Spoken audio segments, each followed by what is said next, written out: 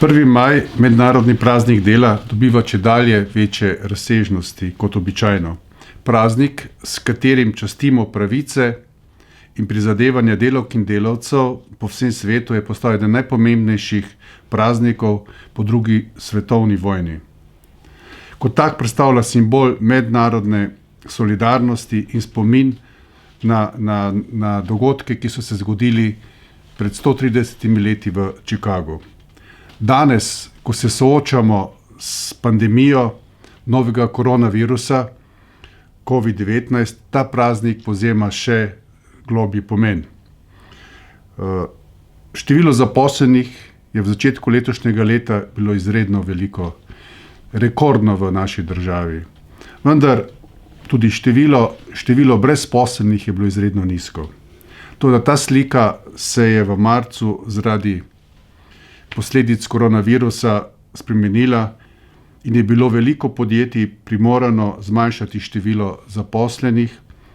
Prav zato so se številni delavci v teh težkih časih izpostavljeni zdravstvenemu kot socialnemu tveganju. Danes delo pogosto poteka v zelo stresnih in nenazadnje tudi fizično težkih delovnih pogojih. Zato v imenu Državnega sveta in Sindikata delavcev trgovine pozivam državo in državljane, da se v teh prazničnih dneh za trenutek ozremo v preteklost, na delavske boje, ki so bili nemalokrat tudi krvavi, na težko izbojevane delavske pravice, ki so v teh letih postale tudi del močne kolektivne zavesti.